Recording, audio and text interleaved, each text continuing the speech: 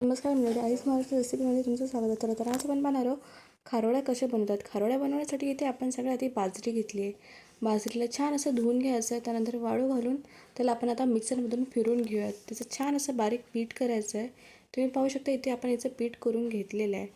त्यानंतर आपण याला एका कटोऱ्यात काढून घेऊया. त्यानंतर याला शिजवून घ्यायचं आहे. शिजवून घ्यायसाठी आपण इथे सगळ्यात आधी त्याच्यात पाणी टाकून घेऊयात.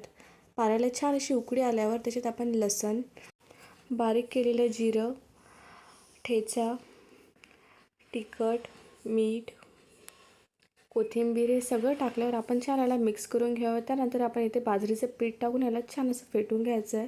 तुम्ही पाहू शकता इथे किती छान प्रकारे असं आपण याला फेटून घेतलेलं आहे.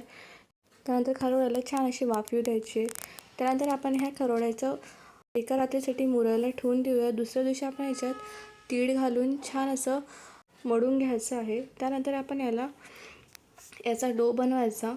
डो बनवणारा आपण इथे आता खारोड्या बनवून घेऊयात. खारोड्या बनवण्यासाठी इथे आपण थोडासा पाण्याचा हात घ्यायचा. त्यानंतर छान अशा खारोड्या टाकायचा. चला इथे आपल्या खारोड्या बनवून तयार झाल्या आहे. तुम्हाला ही रेसिपी कशी वाटली मला कमेंट बॉक्समध्ये सांगा आणि चॅनलला लाईक, शेअर आणि सबस्क्राईब करा.